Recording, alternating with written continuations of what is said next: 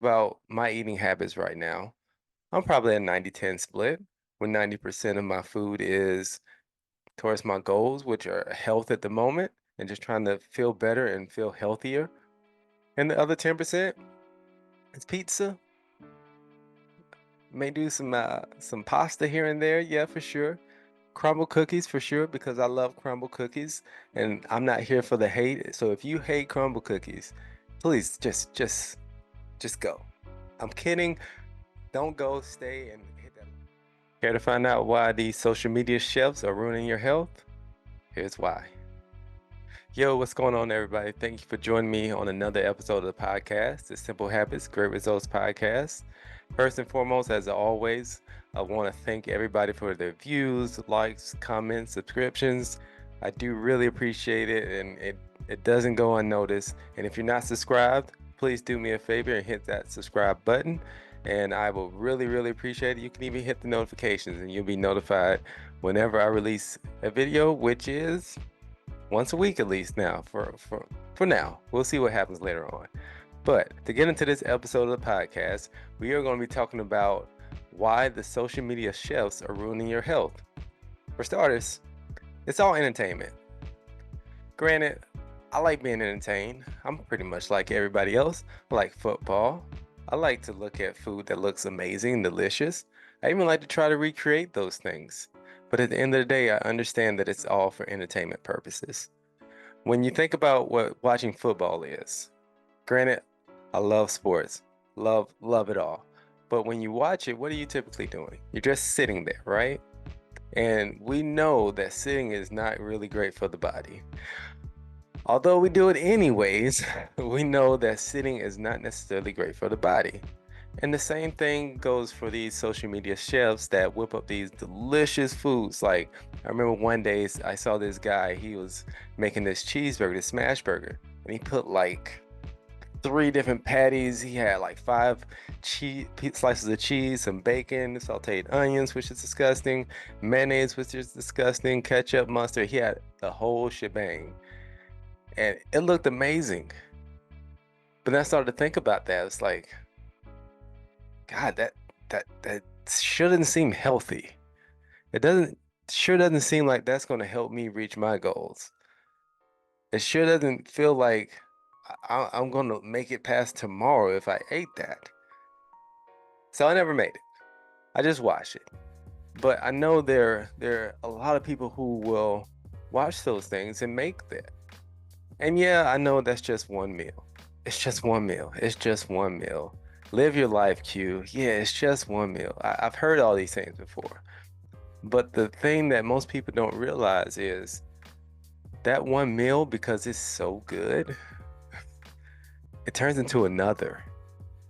And it turns into another. And next thing you know, 2 years from now, you've gained 20, 30, 40 pounds. Because it's just not one meal. It's can you control yourself after that one meal? Like, truthfully, if we talk about my eating habits right now, I'm probably a 90-10 split, where 90% of my food is towards my goals, which are health at the moment, and just trying to feel better and feel healthier. And the other 10% is pizza. May do some pasta here and there, yeah, for sure. Crumble cookies for sure because I love crumble cookies, and I'm not here for the hate. So if you hate crumble cookies, please just go. I'm kidding. Don't go. Stay and hit that like and subscribe button. But for the most part, that is what I consider my 10%. Those kind of things. So I enjoy life. I enjoy it. I mean, I'm not going to sit here and say that I'm not entertained by the food that I cook sometimes. But I also know that I want to live to 103 years old. Barring accidents, any accident, because I don't know what's going to happen between now and then. That's another 64 years away from now. But barring any of that, my goal is to reach 103. Okay? So what am I going to do? I'm going to exercise, put a priority on exercise, put a priority on building muscle, put a priority on eating the things that's going to help me get there. Not all the time, but majority of the time. But my major concern for anybody who's watching this and who has made it to this point is the ones that are the flip of that. So 90% of what you eat is not helping you reach your goals, and only 10%. That's not the way it should be. Like even if it's closer to 50-50, but a lot of people's diets now and their way of eating is more so things that are not going to help them reach their goals. But in order to eat towards your goals, you have to first know your goal. So for you million plus people who will potentially watch this, even though I don't know, it may not get to that number, but for you all that watch this, think about what your goal is. And I can almost assure you that if you ate lean meats, vegetables, fruits, nuts, seeds, little starch, no sugars, that'll absolutely help you reach your goals. Is that boring? Yeah, it is. It really is. But here's the thing about being boring. When you think about the entertainment factor of food, we love it in the moment. But what are the consequences later? You may be bored by the basics, but when you're 97 trying to get to 103, those basics are going to be what helps you, what boosts you to get there. So it's almost like we have it backwards. We love the entertainment of food, but we don't love the consequences of it. But we hate the boring part of it, but we want the consequences of that. You got to choose. That is your choice. If your goal is to live a longer, healthier, better life, then eat the boring things. Lean meats, vegetables, fruits, nuts, seeds, little starch, no sugar. It's simple. It's just that simple. But if you want to be entertained and continue to be entertained by the food that you eat, you have to expect the outcome. You have to accept those consequences because at the end of the day, they're going to happen, whether you like it or not. And speaking of goals, this is why I don't necessarily believe in there's one particular style of eating, whether that be vegan, whether that be paleo, whether that's carnivore or whatever it is. I talk to my clients on a day in and day out basis about eating towards your goals. No matter how that is, doesn't matter to me as long as you're eating real whole foods and eating towards your goals.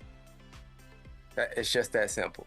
If your goal is to lose weight, fix your plate that's going to help you lose weight.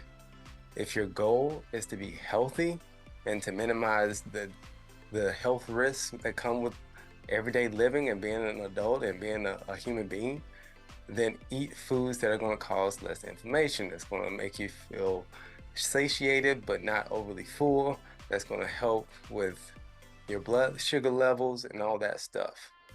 If you want to eat to gain weight, then eat to gain weight. That's just a lot of food. But for the most part, all I see whenever I see some of my friends post food pictures and everything like that on the social media, I see plates that are designed to gain weight. Not necessarily plates that are designed to lose weight or even to be healthy. It's just like a ton of meat, which that's not a bad thing because the world probably under-eats in protein anyway.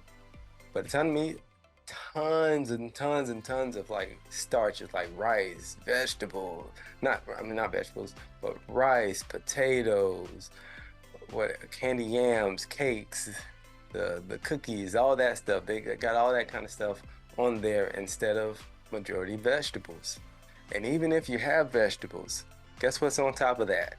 A crap ton of cheese. And it's like, oh my goodness, like man, like are you eating to gain weight? Because that's what your plate looks like. That's exactly what your plate looks like.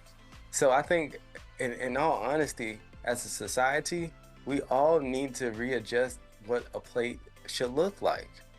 Like the food pyramid was wrong, okay? That was wrong. But we're still eating as if that is right. The food pyramid was designed to make people unhealthy. Like I'm sorry to say this, and I'm sorry to all the older people that believe that, but the food pyramid was designed to make us unhealthy and gain weight. Because why else would you have bread and wheat and this and that at the bottom of the pyramid? That's what I eat, and I'm trying to gain weight. So why are you eating it and you're trying to lose it? So eat based on your goals. If your goal is to lose weight and to be a little bit healthier, you should have the majority of your plate with vegetables and protein. That's it. You can have a little starch, no sugars. You can have fruits.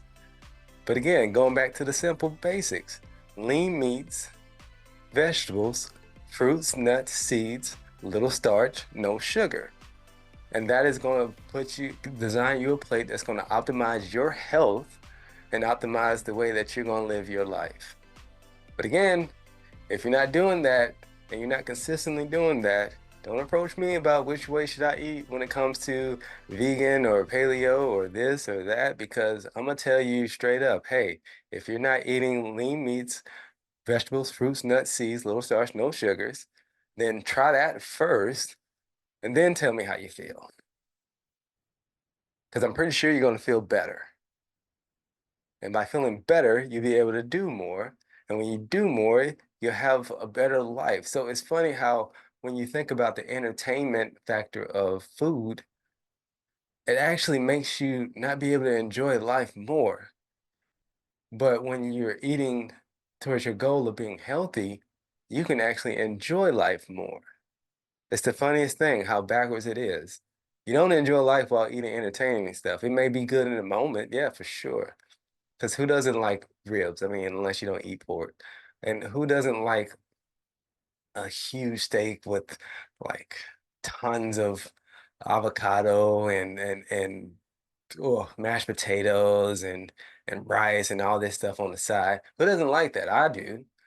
But I also know and understand that that's not going to be beneficial for me long term.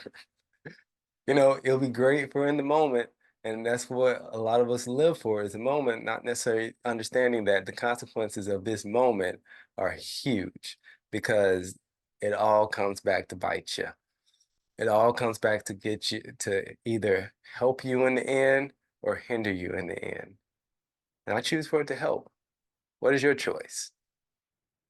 I don't know. That's something that you have to ask yourself. But for the most part, if you are eating towards your goals, you will feel better. If you're eating towards your goals, you'll be able to do more. And if you're eating towards your goals, you'll be able to enjoy life for much longer than just that second where you had a whole bunch of junk.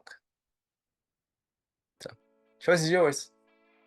But just know, for every choice, there's a consequence. Whether that's good or bad is depending on what your goals are. I choose to eat towards my goals to help me live a healthier, longer life.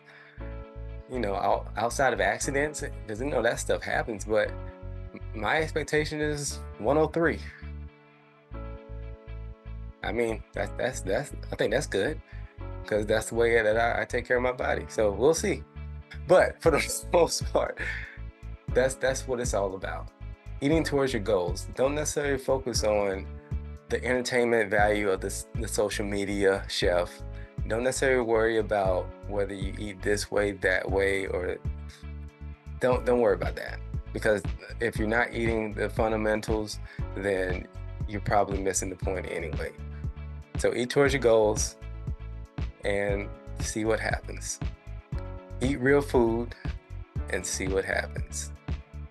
I guarantee you it'll be a whole lot better than you think. All right, that is all I got for you all today. Thank you again for joining me for this episode. Again, if you're not following and you've made it to this point in the video, please hit that subscribe button, share it with friends, share it with everybody. I don't care. Just share. Just share more. Just let's just grow this community. Let's grow this family, and let's learn more about health, about nutrition, about fitness, and about life. Uh, I hope everybody creates themselves a great day, and we'll see you next week. Peace. Oh yeah, by the way, I always do this. I can't believe next week I will be releasing the podcast with me and my son. We're talking about high school because he is a high schooler, and I thoroughly enjoy it, and I hope you all do as well. I will tag him in that so you can go follow his YouTube page. And I think the week of Valentine's Day, it'll be me and my wife.